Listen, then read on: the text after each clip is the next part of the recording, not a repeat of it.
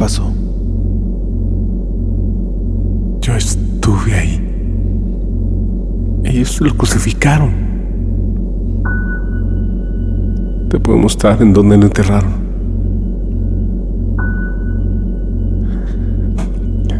Pero ¿de qué serviría ahora? Entiendo.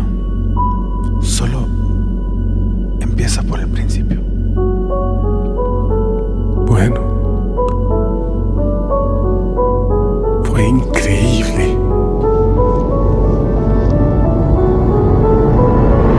Hace unos años se apareció un hombre declarando todo tipo de ideas locas. Pasaba la mayor parte del tiempo en el río y muchas personas iban a escucharlo. Luego, una tarde, simplemente se detuvo y a mitad de su oración dijo: miren. Así que todos volteamos. Él dijo: miren, el Cordero de Dios. Justo lo que necesitábamos, ¿verdad? Un cordero. Esa fue la primera vez que lo vi. Me refiero al Cordero, Jesús. Tú estuviste con Jesús también. Sí, durante 3 años, justo hasta hasta ayer. Fue increíble, Él era increíble. Y las multitudes, jamás había visto a tantas personas en un solo lugar. Y pasaba en todos lados, a cualquier lugar que íbamos, más y más personas iban a escuchar, iban a ver, otras iban a criticar, otras a ser sanadas. Y Él tocaba personas intocables y se sanaban. No estoy seguro si entiendo bien. Él estaba sanando personas, pero tú pareces ofendido. Él le dijo a un hombre que sus pecados eran perdonados. Las personas son tan ingenuas. Solo Dios puede perdonar los pecados. Sus seguidores se burlaban de la ley y jamás movió un dedo para detenerlos. Los defendía a ellos y nos criticaba a nosotros. ¡A nosotros! Yo estuve ahí el día que él dijo que era más grande que el templo. Luego empezaron los rumores de que él destruiría el templo.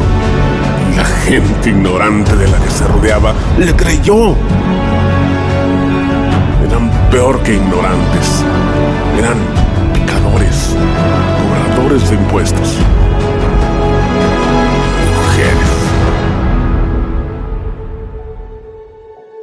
Él me habló sobre mí, sobre esa parte de mí que me avergüenza, pero esa tarde no sentí vergüenza.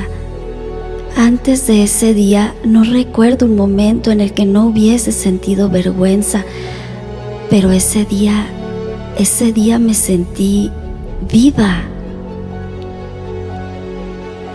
Ellos sabían que íbamos a ir. Para entonces ellos ya sabían cada movimiento que hacíamos. No sabíamos en quién confiar, pero eso no le preocupaba a él, así que nos metimos en la boca del león, Jerusalén. Y el mundo entero estaba esperando por nosotros. Ellos llenaron las calles. El ruido de sus gritos era ensordecedor. Y debo admitirlo, se nos subió a la cabeza. Pero no a él. Él parecía angustiado. Yo diría preocupado, pero no estoy seguro que en verdad lo estuviera. Luego las cosas se pusieron extrañas. Él se declaró a sí mismo como el centro de la Pascua. Él dijo que el pan era su cuerpo y que el vino era su sangre. Estábamos acostumbrados a esas cosas, pero esto parecía más inusual de lo normal, incluso para él. Luego anunció un nuevo pacto y no teníamos idea de qué significaba eso. Y luego nos dio un nuevo mandamiento y la verdad es que no necesitábamos más de esos. Entonces, ¿cuál es el problema? El problema, Jesús era el problema. Las multitudes lo amaban. Las personas acudían en masa. Las multitudes no solo creían lo que él decía, Ellos estaban comenzando a creer en él. Eso era un problema. Así que nos encargamos de ello. ¿Quieres decir que ustedes lo mataron? No, Roma lo mató. Por suerte para nosotros, uno de sus seguidores nos llevó a él. Y una vez que lo atrapamos, bueno, todos los demás seguidores se dispersaron, como sospechamos que sucedería. Pero que quede claro, nosotros no lo matamos. Jesús de Nazaret, Rey de los judíos. Debía haberlo hecho su rey. Vi más valor y más integridad en esos ojos que en los ojos de cualquiera de sus sumos sacerdotes. Ellos estaban celosos. Pregúntale a mi esposa. Yo traté de salvarlo. Pero tan pronto mencioné la palabra rey, ellos dijeron, no tenemos otro rey más que el César. Y en ese momento supe que no tenía otra opción.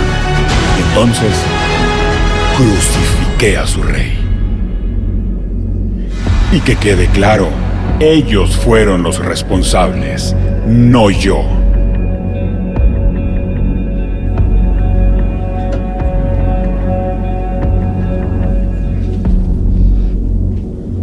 Pero ya no importa.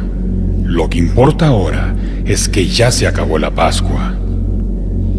Las cosas se calmarán. Entonces, ¿qué harán ahora? Nos escondemos. Esperamos. ¿Quién no dijo que él regresaría? Sí. Él dijo muchas cosas. Más de las que podrías escribir. Entonces, ¿crees que regresará? ¿Regresar? No lo sé. No lo creo. Y tú y yo, la verdad, que tampoco lo creeríamos. Porque ¿quién en su sano juicio va a esperar que alguien resucite? ¿Quién se va a parar en una tumba a esperar que alguien que murió hace 3 días vaya a resucitar? Nadie. Tú no lo harías. De hecho, pensaríamos que alguien que haga eso es un loco. No es una persona que está en sus cabales. Ahora, fue lo que pasó con ellos. Y esa es una de las cosas por las cuales me encanta tanto el relato de los evangelios. Porque el relato de los evangelios muestran las cosas como fueron y relatan cada uno de los acontecimientos de una manera tan verídica que muestra a un grupo de seguidores de Jesús, a la gente más cercana que él tenía, sin el menor pensamiento de que él iba a resucitar. Ellos no creyeron que iba a resucitar. El relato lo demuestra, lo evidencia, y vamos a verlo juntos.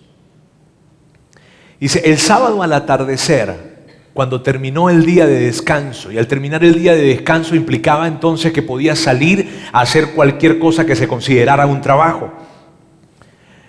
María Magdalena, Salomé y María, la madre de Santiago, fueron a comprar especias para el entierro a fin de ungir el cuerpo de Jesús, o para el entierro o para volverlo a embalsamar. ¿Y por qué fueron a comprar las especias ellas al finalizar del día de descanso? Porque no las habían comprado con anticipación. Y no las habían comprado con anticipación porque todo sucedió demasiado rápido. El jueves en la noche apresaron a Jesús. El viernes en la mañana se enteran todos que está apresado y que está siendo enjuiciado de una manera totalmente injusta. Y luego ese mismo día es crucificado, muere, y ese mismo día al atardecer él es sepultado. Todo sucedió muy rápido y para ellos eso fue una gran conmoción, porque no era tan solo de que estaba muriendo alguien cercano, no era tan solo que estaba muriendo, bueno, está muriendo alguien que nosotros amamos porque tenemos una relación familiar con él y no queríamos que muriera y en fin no esperábamos que muriera. No se trataba solamente de eso, se trataba que estaba muriendo su maestro, estaba muriendo el hacedor de milagros, estaba muriendo quien ellos consideraban que de alguna manera él venía del cielo, él era el Hijo de Dios, estaba muriendo quien ellos albergaban con una gran esperanza que fuera el Mesías que había sido anunciado. Y por eso el impacto para ellos fue tan grande. Porque ellos, después de tantos años andando con él, después de varios años viéndolo, cómo él sanaba gente, cómo hacía milagros, cómo hacían cosas increíbles, cómo cuando lo escuchaban hablaba de una manera espectacular. Y dijeron, él es el Mesías. Y albergaron esa esperanza en su corazón y de repente muere. Y al morir muere la esperanza. Porque la posibilidad de que él fuera el Mesías, la posibilidad de que fuera el Cristo, la posibilidad de que él fuera enviado por Dios, se fue. Porque Dios no va a permitir que su Hijo, que Cristo, el enviado, el Mesías, muriera en una cruz. Y por eso hay tanta conmoción alrededor de ellos. Y estas mujeres vieron cómo Jesús murió. Lo vieron en la cruz. Y luego ellas siguieron a Nicodemo y a José de Arimatea, quienes probablemente tuvieron que haber pagado para que les entregaran el cuerpo, porque no era lo que se hacía con las personas que eran crucificadas. Sin embargo, ellos lo hicieron. Estas mujeres siguieron a Nicodemo y a Jesús de Arimatea con el cuerpo y vieron cómo fueron colocados dentro de una tumba. Y luego vieron cómo fue colocada una piedra al frente de esa tumba. Y ellas estaban realmente en conmoción. Ellas y todos los que estuvieron cerca de Jesús. 2 noches después, ellas se levantan y cuando era muy temprano todavía, ellas deciden ir a la tumba. Y deciden ir probablemente para tratar con sus emociones, probablemente para de alguna manera despedirse, no sé. No iban a otra cosa más. De hecho, iban a volver a darle, de alguna manera, ese tratamiento que se acostumbraba a dar a las personas que morían en ese tiempo. Y esto fue lo que sucedió. El domingo por la mañana, muy temprano, justo al amanecer, fueron a la tumba. En el camino se preguntaban unas a otras, ¿quién nos correrá la piedra de la entrada de la tumba? Porque ellas estaban en ese lugar. Ellas habían visto cómo colocaron a Jesús dentro de la tumba y cómo colocaron esa gran roca allí al frente, y por eso se estaban preguntando, ¿y cómo haremos entonces cuando lleguemos allá para remover la piedra? Y están todas confundidas, ni siquiera se detuvieron antes de salir a pensar en eso. Probablemente algunos hombres en el camino nos ayuden, en fin. Pero ellos iban rumbo a la tumba. Y luego, pero cuando llegaron, se fijaron y vieron que la piedra, que era muy grande, ya estaba corrida. Y Lucas, quien investiga este asunto al detalle y quien habla con muchas personas para entender qué pasó, él describe que ellas entraron en la tumba y que no vieron a nadie, que no encontraron el cuerpo, que la tumba estaba vacía. Y eso lo describe Lucas, y mira bien, sobre todo si tú eres alguien que nos está visitando el día de hoy. Y probablemente tú no vas mucho a la iglesia, pero hoy decidiste venir, y gracias por recibir la invitación de quien te la haya extendido. Gracias por estar con nosotros. Pero si probablemente tú con respecto a la iglesia solamente vas, tú sabes, cuando hay una boda o cuando hay un bautizo o cuando un evento especial como el día de hoy, probablemente tú digas con respecto a la religión y a la fe, has dado pasos hacia atrás. Si te preguntan acerca de tu religión, tú dices, bueno, cristiano, católico, pero más por tradición que por una convicción real. Y tú estás acá, yo quiero que tú sepas esto es muy importante. Ninguna de las personas que estaban cerca de Jesús, ninguna de las personas que habían estado viviendo con Él y conviviendo con Él, siguiéndole a Él, ninguno de ellos creía en la resurrección. Ninguno. Ellos no creían en la resurrección. Y por eso tú no ves a esas mujeres celebrando y diciendo, ¡oh, resucitó! No. De hecho, cuando ellas entran a la tumba y ven que el cuerpo no está, ellas piensan o asumen lo que tú y yo pensaríamos en su lugar. Ellas dijeron, se robaron el cuerpo. O sea, ¿qué pudo haber pasado? Se robaron el cuerpo. Y luego que ellas creen eso y ven y dicen, se llevaron el cuerpo de nuestro Señor, ellas salen corriendo y van con los discípulos para contarles lo que acaba de pasar, porque ellas fueron las primeras personas que entraron en la tumba. y que se dan cuenta que el cuerpo ya no está. Entonces regresan y hablan con los discípulos y esto es lo que les dicen. Se han llevado del sepulcro al Señor y no sabemos dónde lo han puesto. O sea, alguien entró, alguien removió la roca, alguien quitó esa roca, alguien entró, tomó el cuerpo y se lo llevó.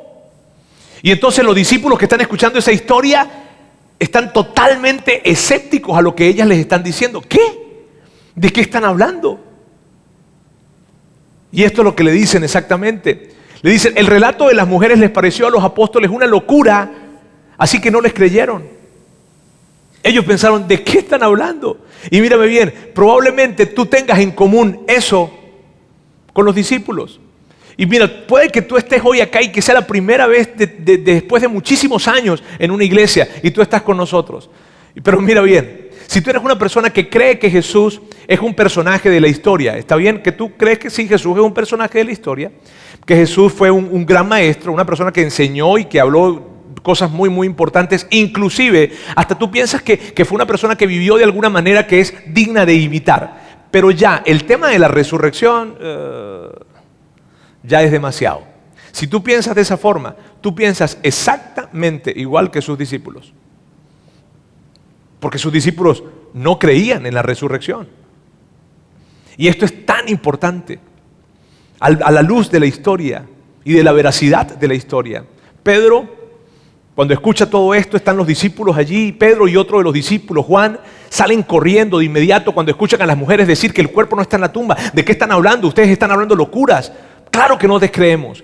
Y entonces Pedro, que era el más impetuoso de ellos, se va con Juan y salen corriendo. Y no salen todos, ¿por qué? Porque si salían todos estaban corriendo el riesgo de ser apresados por los fariseos, por los judíos, por quien sea que estuvieran buscándolo, porque definitivamente ellos tenían mucho temor. Entonces salen corriendo y van a la tumba vacía, a ver qué es lo que había pasado. Y esto fue lo que sucedió. Sin embargo, Pedro se levantó y corrió hacia el sepulcro, se agachó para ver adentro, pero solo vio la tela con la que habían envuelto el cuerpo. Y luego se fue preguntándose, ¿qué está pasando? ¿Qué onda con el cuerpo de Jesús? ¿Sabes qué es increíble de este relato? Que tú no ves a Pedro llegar dentro de la tumba y decir, ¡ah, resucitó! ¡Oh, Jesús resucitó tal como nos lo había dicho! Él resucitó. No. Ellos en su mente no había por ninguna parte, por ningún lugar, la posibilidad de que Jesús resucitara. Y aun cuando el cuerpo no está en la tumba y no saben qué pasó, ellos ni siquiera fueron capaces de conectar lo que Jesús les había dicho con lo que estaban viendo, que era una tumba vacía. ¿Y sabes por qué no lo conectaron? Porque no creían en la resurrección, porque ellos son igual que tú y yo, porque nosotros no vamos a creer en que alguien va a resucitar cuando muere. Y esto es tan importante en términos de narrativa histórica. Es tan importante eso. ¿Por qué? Por lo siguiente. Ellos documentaron su propia incredulidad. Y tú no escribes. Si vas a escribir algo que quieres que crean, tú no escribes como ellos escribieron. Ellos documentaron, escribieron, dieron a conocer al mundo que ellos no creían. Y eso, al contrario de ser algo bueno, es vergonzoso. Pero ellos documentaron su propia incredulidad. ¿Por qué? Porque ellos no eran personas supersticiosas. Tú sabes que estaban fanáticos a una secta y entonces estaban afuera de esa tumba tratando de hacer algún tipo de ritual para que el cuerpo se levantara. No. Y es lo que probablemente esperaríamos de esto, ¿cierto? Pero no había gente afuera de la tumba. No estaban haciendo algún ritual, algunas danzas de alguna manera para que el cuerpo se levantara. No, nada de esto existía. ¿Por qué? Porque ellos eran gente como tú y como yo. Y que estaban totalmente sacados de onda con la posibilidad de que el cuerpo ahora no está. Pero el tema de conectarlo con una resurrección, jamás. De hecho, ellos, el mismo día que el cuerpo ya no estaba, el mismo día que se dan cuenta que la tumba está vacía, ellos estaban escondidos, temblando de miedo. De hecho, así lo cuenta la historia. Al anochecer de aquel día, el primero de la semana, o sea, el mismo día que descubren que la tumba está vacía, y estando las puertas cerradas, en el lugar donde los discípulos se reunían por miedo a los judíos. ¿Por qué tenían miedo de los judíos? Porque ellos dijeron, Ellos dijeron, mírame, si ya agarraron a nuestro líder, si ya agarraron a nuestro maestro, si ya lo tomaron a él preso, y no es que lo tomaron preso, sino que lo metieron en un juicio que fue claro y evidente para todos los que estuvieron enfrente, que fue algo injusto, y lo mataron a él, vienen por nosotros. Y que ahora su cuerpo no está, y que ahora han tenido la increíble osadía de tomar su cuerpo y llevárselo. Esta gente no quiere que las páginas de la historia recuerden a Jesús y lo quieren desaparecer. Vienen por nosotros, nos van a matar a nosotros. Y era obvio. Si mataron a su líder, ahora venían por ellos y estaban tan asustados y por eso tenían miedo. De hecho, luego el relato histórico cuenta que Jesús los visitó. Y cuando Jesús los visitó, mírame, ellos respondieron como tú y yo responderíamos si se nos apareciera alguien que 3 días atrás murió. Esta fue la respuesta de ellos cuando viene Jesús. Entonces ellos, aterrorizados y asombrados, pensaban que veían un espíritu. Muy valientes eran los discípulos. Ahora mira, yo quiero que veas esto, porque esto es lo que me encanta de los evangelios. Esto es la razón por la cual yo creo en la Biblia o en los relatos históricos que se presentan en ella. ¿Sabes por qué? Porque en este relato no se presenta algo como que y en ese momento se iluminó una luz y llegó al lugar y todos caímos postrados delante de él porque era el Mesías. No, y se escuchó unos ángeles, no. Y todos nos postramos, para nada. Lo que hicimos fue que nos asustamos. Porque tú y yo nos asustamos cuando vemos un muerto vivir otra vez. Y esa es la grandeza de este relato. De que no hay algo que se quiera colocar una historia para que la gente crea algo que sucedió increíble. No. Cuando vimos a Jesús en medio de esa habitación, nos asustamos y pensamos que era un espíritu. Y entonces, pero Él les dijo, ¿por qué están turbados? ¿Por qué suben tales pensamientos a sus corazones? Jesús les dice, ¿por qué tienen tantas dudas en sus mentes? O sea, Jesús les dice, de hecho, yo no soy ningún espíritu, vengan y me tocan. Y eso fue lo que hizo Jesús, literalmente. Él sabe que están creyendo que Él es un espíritu y Él los entiende. Y los entiende porque es lógico. Y entonces se acerca y le dice, amigos, no soy un espíritu, tóquenme. Y el relato, la historia nos muestra esto. Luego un poco después, Jesús les dice esto. Y luego les dijo, cuando todavía estaba yo con ustedes, les decía que tenían que cumplirse todo lo que está escrito acerca de mí en la ley de Moisés, en los profetas y en los salmos. Jesús les estaba diciendo a ellos, óiganme, yo les había dicho a ustedes que esto iba a suceder. O sea, esto no tenía que haberlos tomado por sorpresa, porque yo les dije, ¿sí o no que les dije? ¿Acaso yo no les dije cuando estaba con ustedes esto? Pero ¿sabes qué es lo que pasaba cuando cada vez que Jesús hablaba de la resurrección, cada vez que Jesús le decía a ellos, mira, sabes que yo me voy a morir y después de 3 días yo voy a resucitar, ¿sabes qué pasaba? Que ellos se desconectaban de la conversación. Me explico, cuando alguien se acerca y habla contigo y te dice, sabes que yo me voy a morir, pero 3 días después me voy a resucitar. Ah, bueno. Y era lo que pasaba con ellos. Cada vez que Él hablaba acerca de esto, cada vez que Él hablaba de la resurrección, porque les habló acerca de esto, ellos se desconectaban. Y Jesús les está diciendo, yo se los dije, yo les dije esto. Y cuando Él dice esto en la ley de Moisés, en los profetas y en los salmos, es la forma de decir, esto está escrito en la Biblia. Lo que pasa es que antes no se le llamaba Biblia, sino que se presentaba de esta manera. Entonces, eso estaba escrito, en la ley de Moisés estaba escrito. Los profetas escribieron acerca de esto y lo anticiparon. Los salmos también estaba escrito. De hecho, luego, y ahorita vamos a verlo, Jesús toma un texto de algo que habían escrito 2 profetas, Oseas e Isaías. Y esto es lo que les dice. Les dice, esto es lo que está escrito, les explicó. Que el Cristo padecerá y resucitará al 3er día. Y en su nombre se predicarán el arrepentimiento y el perdón de pecados a todas las naciones, comenzando por Jerusalén. O sea, más claro no podía. Y yo se los dije a ustedes, pero ustedes no creyeron. Y yo lo entiendo, porque es muy difícil creer esto. Y yo lo entiendo, porque es muy difícil que realmente alguien pueda creer que alguien va a resucitar. Y entonces Jesús hizo algo que fue tan importante. Jesús hizo algo que les cambió la vida a ellos. Jesús hizo algo que lo que Él hizo es lo que hace que tú y yo estemos sentados acá 2000 años después y que en todos los lugares del mundo, el día de hoy, se esté hablando de su resurrección. Él los vio a los ojos y les dijo esto: ustedes son testigos de estas cosas. Esto no se los contó nadie. Esto no fue una película que ustedes vieron. Esta no fue una historia de ficción que les narraron. Esto no fue escritos antiguos que vinieron pasando de manos en manos, en manos, en manos de otros. Escritos ancestrales que llegaron a sus manos. No, ustedes son testigos. Ustedes vieron lo que sucedió. Ustedes me vieron morir en una cruz. Y ahora me están viendo cara a cara hablar con ustedes. Ellos fueron testigos del evento que cambió el mundo. Ellos fueron testigos del evento que cambió la historia. Y esto es lo que nosotros creemos, que la resurrección de Cristo creó el cristianismo y dio origen a la iglesia. Miren, señores, esto es tan importante, porque no se trata de que un grupo de personas fanáticas que empezaron a creer en alguien, empezaron a inventar y a escribir una historia para creer en alguien que había resucitado. No, porque antes de la resurrección no había cristianismo.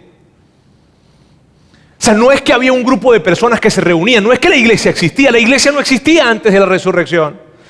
Antes de la resurrección, los seguidores de Jesús que habían venido siguiéndole por algunos años cuando lo veían sanar gente y toda esta historia, cuando Él muere, se dispersaron. Cuando Él muere, se murió todo lo que Él decía. Cuando Él muere, toda la esperanza de que fuera un Mesías se murió. Él era un buen hombre, un tipo que hablaba muy bien, pero el Cristo jamás murió.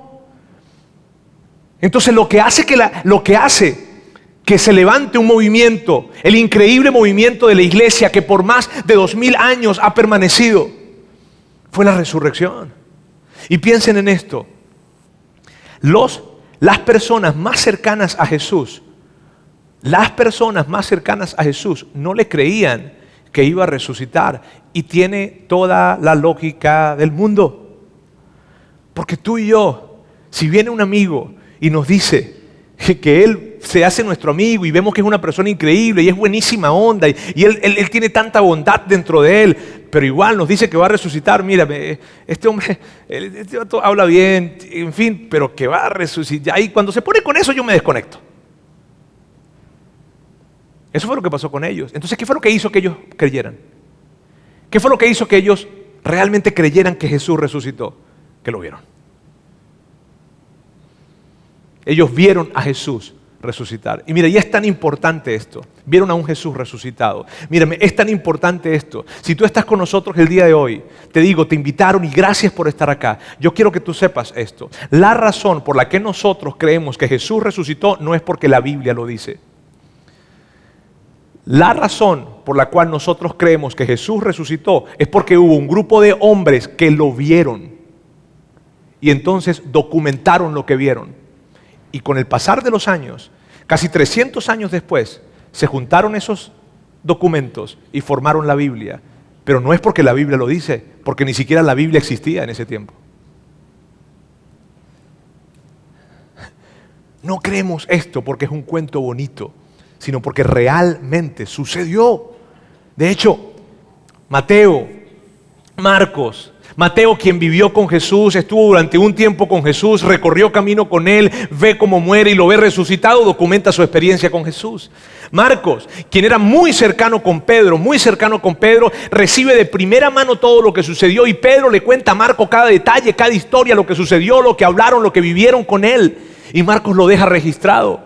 Lucas, quien luego, años después, él se tomó a la tarea de investigar y de hablar con diferentes personas y cotejar lo que los diferentes testimonios decían para ver si se contradecían. Porque él lo que quería era buscar la realidad de este asunto. Lucas, con una agudeza increíble, con mucho detalle, investiga a la luz de la historia, a la luz de lo que dijo él, a la luz de lo que dijo ella, y trata de armar todo esto y ver, ¿hay contradicción? ¿Se están contradiciendo? No, la conclusión de Lucas fue esta: Jesús resucitó. Y lo deja documentado. Juan, quien estaba al frente de la cruz cuando Jesús muere y quien se encarga de su mamá luego que Jesús muere, escribe lo que sucedió y lo dejó documentado. Pedro, quien no tan solo dejó de creer, sino que también lo negó por miedo, después escribe, al finalizar de su vida, escribió 2 cartas que le envió a un grupo de personas que eran creyentes, hablándoles de la resurrección de Jesús. Santiago, quien al principio no creía, y lo de Santiago es lo más lógico, es más lógico que lo lógico. Porque Santiago, o sea, ¿cómo puedes creer que tu hermano es el Salvador? O sea, imagínate si tu hermano se te acerca y te dice, bro, ¿sabes que yo soy el Salvador del mundo?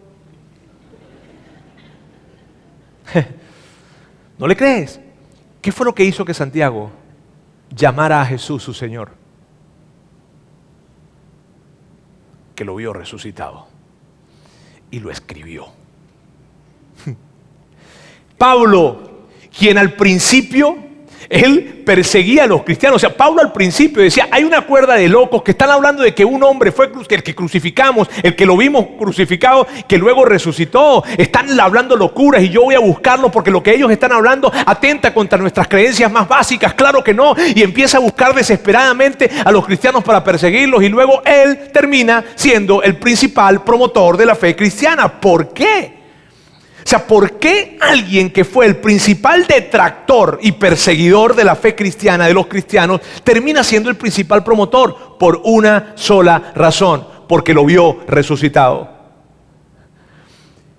Y lo escribió y lo documentó. Es espectacular esto.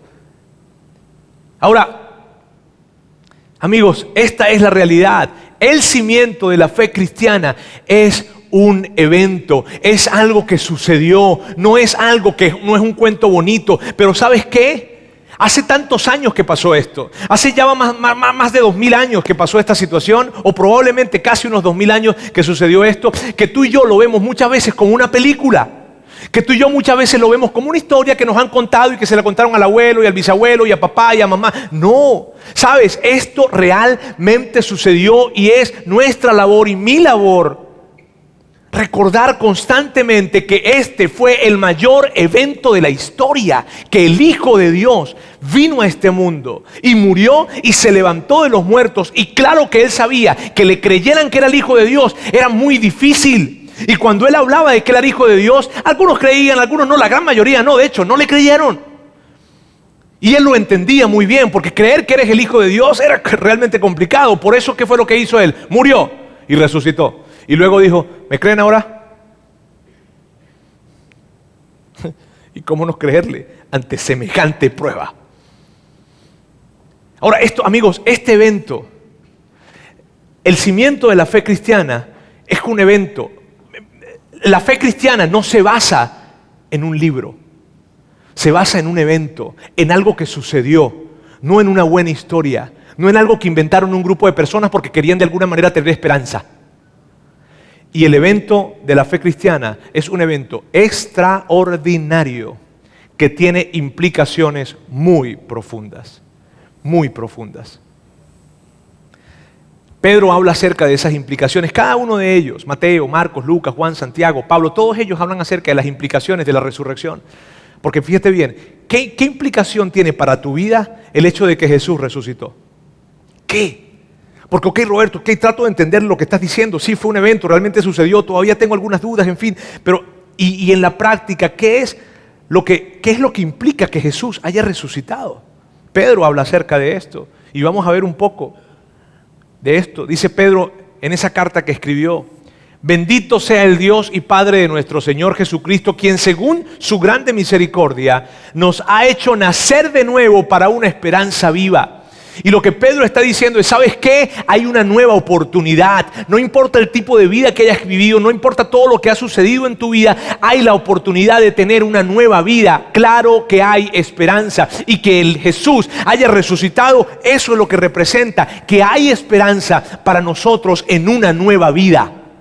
Y cuando Él presenta eso, tal vez nosotros preguntamos, y Pedro, ¿cómo estás tan seguro de esto? ¿En qué se basa tu confianza? ¿Cómo estás tan seguro y dices que tenemos esperanza. Y esto es lo que Pedro dice, por medio de la resurrección de Jesucristo de entre los muertos. Mírame, si tú le preguntaras a Pedro, si tú te acercaras a Pedro y le preguntaras, Pedro, ¿en qué se basa tu fe? Pedro, ¿por qué crees en Jesús? Esto es lo que te diría Pedro. Pedro no te diría, porque tú sabes que yo vi todas las profecías que estaban escritas de Isaías, de Oseas, de todos ellos, de los salmos, que no todos ellos, y entonces creí. No. Pedro no te diría, bueno, porque yo caminé con Jesús.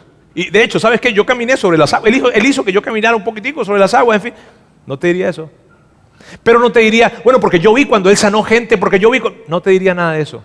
De hecho, Pedro ni siquiera te diría, mira, porque yo vi cómo Él murió, cómo dio su vida por nosotros. No, no te diría eso. Él te diría esto, yo creo en Jesús porque yo lo vi resucitado.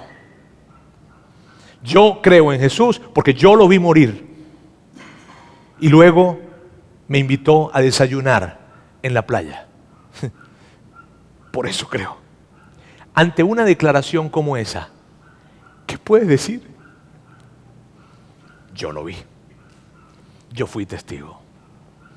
Pedro continúa y dice, para una herencia incorruptible, incontaminable e inmarchitable, reservada en los cielos para ustedes. Amigos, y esto es tan valioso.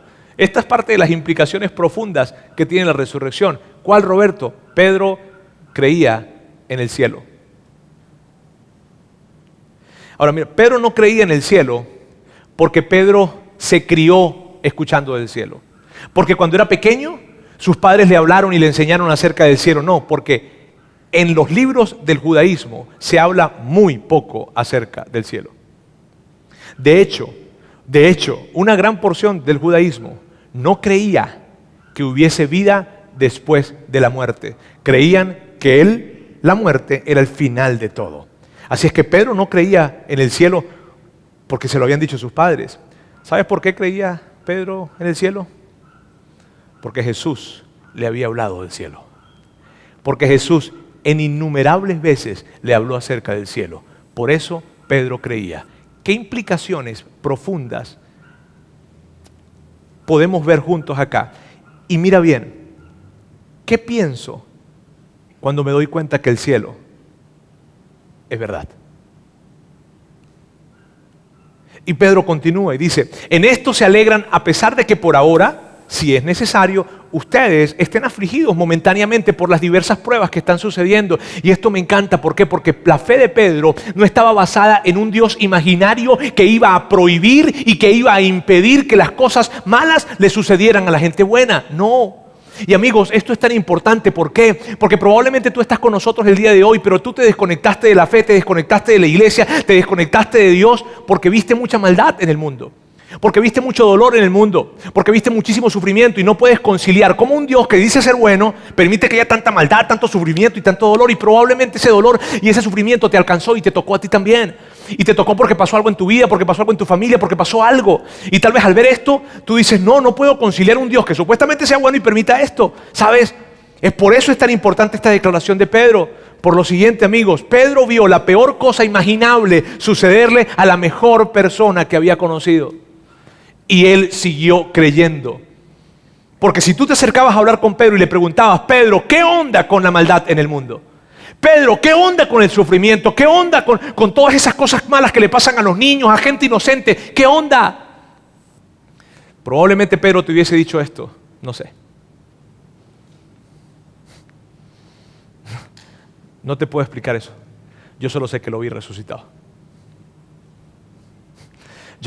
Yo no puedo darte explicación de esas cosas, cómo suceden y por qué suceden. Pero sí te puedo decir algo. Yo lo vi morir. Y luego lo vi resucitado. Y luego hablé con él. Y luego desayuné con él. Eso es lo que te puedo decir. Esa es la grandeza de estas implicaciones. Más adelante en la carta, Pedro deja de hablar de la resurrección y empieza a hablar de la crucifixión. Y esto es lo que dice. Ustedes saben que fueron rescatados de una vida sin sentido. Me encanta esta frase. Fueron rescatados de una vida sin sentido. Y que ese rescate no se pagó con cosas corruptibles, como el oro y la plata, sino con la sangre preciosa de Cristo, sin mancha y sin contaminación, como la de un cordero. Pedro está diciéndoles, amigos, ustedes fueron rescatados de una vida sin sentido para que tengan la posibilidad de tener una relación con Dios como su Padre y ustedes sus hijos. ¿Y sabe por qué me encanta esta frase que dice que fueron rescatados de una vida sin sentido? Porque lo que está diciendo es esto: ustedes fueron rescatados para que su vida cambiara. Y no está diciendo, ustedes necesitan cambiar su vida para que sean rescatados. No. Porque de alguna manera, en el pensamiento popular, hay una idea, y la idea es esta: necesito arreglar algunas cosas con Dios para poder acercarme. O necesito arreglar algunas cosas en mi vida que están hechas un desastre probablemente para poder acercarme. Y no es así, es lo contrario. Él no espera que tú cambies para ser rescatado o para rescatarte. Él te rescata y a causa de eso, tú cambias. Y eso es lo increíble. Ahora, hay implicaciones profundas en esto, claro, las acabamos de leer. Y mira bien, la resurrección es, mira bien esto, por favor. La resurrección es un evento que te invita a que tú le respondas a ese evento. Amigos, ustedes están el día de hoy acá. Muchos son personas creyentes, otros son personas que vienen hoy por primera vez y que nos honran con su visita en este lugar. Y especialmente a ustedes, yo les preguntaría, o les diría lo siguiente: la invitación es, la resurrección es una invitación a que tú respondas a algo que sucedió y que tiene implicaciones profundas para tu vida, y que ante esas implicaciones tú y yo necesitamos responder. ¿Cuáles implicaciones, Roberto? Estas. Dios es real. Mírame, esto es tan grande. Mírame, Dios es real. O sea, Dios no es un cuento que un grupo de personas que tienen una mente muy débil y que no tienen la posibilidad de encontrar fortaleza interna en la vida, están tratando de crear una deidad para poder aferrarse a algo. Dios no es eso. Dios no es que tengo fe en la fe. Dios no se trata de eso. Dios no se trata que un grupo de personas de alguna manera hace 2000 años o hace más de 2000 años están tratando de crear deidades porque tienen una mentalidad tan pobre, una inteligencia tan básica, que no son capaces de construir su propio camino o su propio futuro. No, porque Jesús, quien se aparece y dice: hey, yo voy a morir y yo voy a resucitar en 3 días. Y si alguien viene y te dice a ti cómo va a morir y que va a resucitar y luego lo cumple, tú le crees todo lo que Él te diga. Y Él dice que Dios es real. Y Él nos habló acerca de un Dios en el cielo, de un Padre celestial. Es real. La implicación de la resurrección es esta: Dios es real. Dios está a nuestro favor, pero no porque no vaya a permitir o vaya a evitar que cosas malas nos sucedan, no. Dios está a nuestro favor porque Jesucristo murió por nosotros, porque dio a su Hijo por nosotros. Esa es una gran realidad. Dios es personal. No es, ¿sabes? Dios es personal. No se trata de alguien que está allá arriba en el cielo y que no está cercano a ti, o que tienes que relacionarte de alguna manera con Dios a través de alguien. No. Dios está para ti. Dios te invita a que lo llames Padre. Dios te conoce por tu nombre. Él conoce tu nombre. El cielo es real. Amigos, y esto es tan grande. Mírame, el cielo no es un cuento que se inventaron los sacerdotes o los pastores cuando van a una funeraria y que de alguna manera tienen que decir algo para que la persona que está allí dolida, sufriendo, entonces se consuele. No. Jesús habló del cielo. De hecho, Él nos dijo que Él se iba a prepararnos un lugar para cuando nosotros vayamos allá. El perdón está disponible para ti. ¿Y sabes que esta era una de las cosas que más irritaba a los religiosos? Esto de que el perdón está disponible para ti. Porque ellos decían, ok, que sane, que haga lo que quiera, pero ¿cómo se le ocurre perdonar a la gente? Perdonar los pecados de la gente cuando solamente es Dios quien perdona. Y cuando ellos decían eso, Jesús los miraba a los rostros y con una sonrisa en los labios le decía así: solo Dios es el que puede perdonar.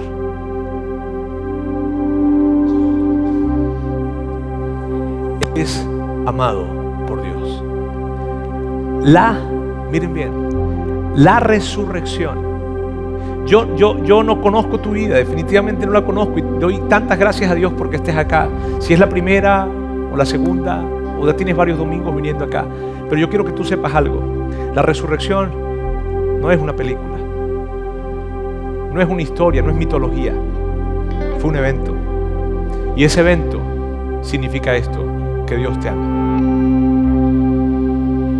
¿Qué haces cuando sabes que Dios te ama? ¿Qué haces cuando reflexionas en esto? Dios existe, Dios conoce mi nombre y Dios me ama. Yo quiero pedirles que por favor se coloquen en pie. Y hoy vamos a terminar cantando. Y vamos a terminar celebrando. ¿Por qué? Porque Jesús resucitó. Y mírame, y si tú estás con nosotros y tú has escuchado esto y todavía dices, Roberto, o sea, tenía más dudas, ahorita tengo menos, pero sigo teniendo.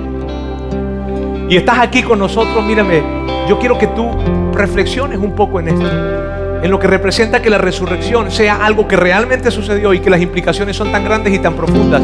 ¿Cómo vas a responder? Y si probablemente la letra que vamos a cantar ahorita te incomoda un poco, o en fin, no importa, no pasa nada. Por favor, al menos reflexiona en la letra y en lo que acabamos de decir. Pero te invitamos a que juntos podamos celebrar que Jesús resucitó.